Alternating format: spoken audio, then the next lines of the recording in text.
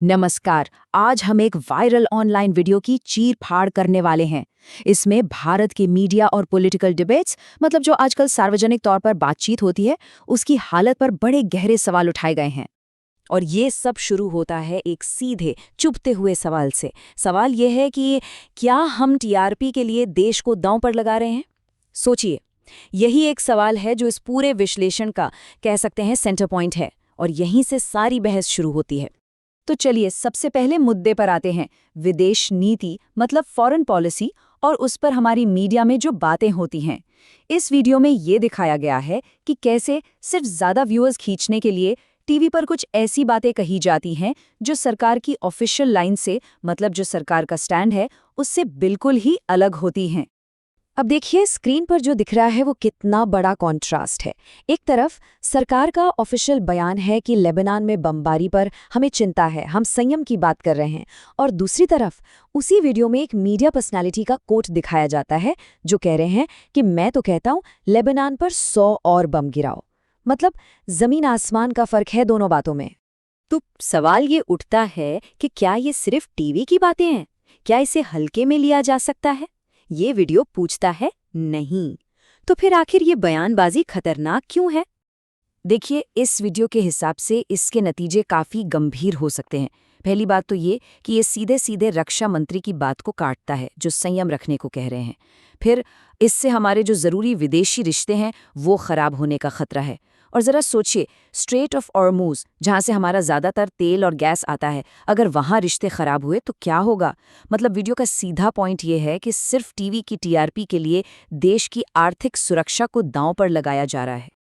लेकिन ये क्रिटिक सिर्फ मीडिया तक ही नहीं रुकता। इसका अगला निशाना है हमारे राजनीतिक नेता और उनकी काबिलियत। और अपनी बात को समझाने के लिए ये वीडियो एक बहुत ही खास पल पर फोकस करता है। ये पल है बिहार के डिप्यूटी चीफ मिनिस्टर सम्राट चौधरी का शपथ ग्रहण समारोह। और यहीं पर इस वीडियो का तर्क और भी साफ हो जाता है। शपथ लेते वक्त एक शब्द है अक्षुण्ण। इसका मतलब होता है इंटेग्रिटी, और दिखाया ये गया है कि इस शब्द को बार बार गलत बोला गया। अक्षुण्ण अक्षुण्ण। वीडियो का कहना है कि ये सिर्फ जबान का फिसलना नहीं है, बल्कि ये एक बड़े मुद्दे का सिंबल है। अपनी इसी बात को और वजन देने के लिए वीडियो बिहार के कुछ बड़े नेताओं की एजुकेशनल क्वालिफिकेशन का ये डेटा सामने रखता है, जैसे कि बिहार के मुख्यमंत्री 7वीं पास और विपक्ष के नेता 9वीं पास। ये डेटा दिखाकर वो लीडरशिप की क्वालिटी पर अपनी बात को और पक्का करते हैं। अब आगे बढ़ते हैं और इस विश्लेषण के एक और गहरे हिस्से को देखते हैं। यहाँ बात होती है हमारे लोकतंत्र की, हमारी डेमोक्रेसी की। तर्क ये दिया जा रहा है कि आज की जो राजनीति है वो अपने पुराने आदर्शों से कहीं भटक सी गई है। और वो आदर्श क्या था? इसके लिए अटल बिहारी वाजपेयी जी का एक बहुत ही पावरफुल कोट याद दिलाया जाता है। सरकारें आएंगी जाएंगी, पार्टियां बनेंगी बिगड़ेंगी, पर ये देश रहना चाहिए, इस देश का लोकतंत्र अमर रहना चाहिए। ये एक बेंचमार्क सेट करता है जिसकी तुलना आज के हालात से की जा रही है। एक तरफ तो ये विजन है कि लोकतंत्र अमर है, और दूसरी तरफ आलोचना ये है कि कई राज्यों में लोगों ने वोट तो डाल दिए, पर उन्हें ये पता ही नहीं था कि उनका चीफ मिनिस्टर कौन बनेगा। तो वीडियो का सवाल ये है कि जब वोटर्स को यही ना पता हो कि उनका नेता कौन है, तो फिर उस अमर लोकतंत्र के आदर्श का क्या होता है? चलिए अब अगले पॉइंट पर आते हैं। यहाँ वीडियो इस बात पर फोकस करता है कि कैसे अलग-अलग पॉलिटिकल लोगों के साथ अलग-अलग तरह का बर्ताव होता है, और इसे एक तरह के दोहरे मापदंड या पाखंड की तरह पेश किया गया है।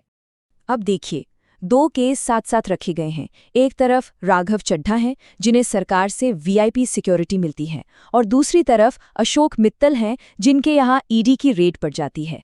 इस तरह से इन दो उदाहरणों को दिखाकर जो एक्शन लिए जा रहे हैं उनकी निष्पक्षता पर, उनकी फेयरनेस पर एक सवाल खड़ा किया गया है। बात सिर्फ देश के अंदर की नहीं है। ये वीडियो इंटरनेशनल मंच पर दिए गए बयानों को भी जांचता है, जैसे प्रधानमंत्री मोदी का वो बयान जो उन्होंने तब के अमेरिकी प्रेसिडेंट डोनाल्ड ट्रंप के लिए दिया था। और बयान था, भारत के लोग आपसे बहुत प्यार करते हैं। अब इस पर वीडियो एक बहुत ही फंडामेंटल सवाल उठाता है। सवाल ये कि क्या ये बात कहने से पहले देश की जनता से पूछा गया था? ये सवाल सीधे सीधे प्रतिनिधित्व और असलियत पर चोट करता है। तो इन सब बातों के बाद हम कहाँ पहुँचते हैं?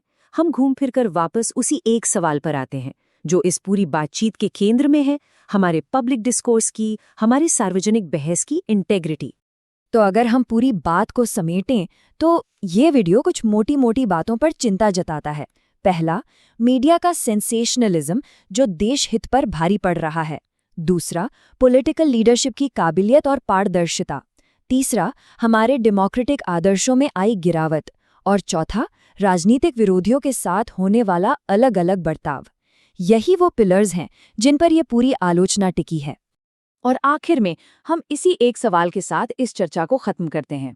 ये सवाल इस पूरे वीडियो के टेंशन को एक लाइन में समेट देता है कि आज के इस मॉडर्न मीडिया के दौर में हमारी सार्वजनिक बातचीत का, हमारे पब्लिक डिस्कोर्स का रखवाला आखिर है कौन? ये सोचने वाली बात है ना?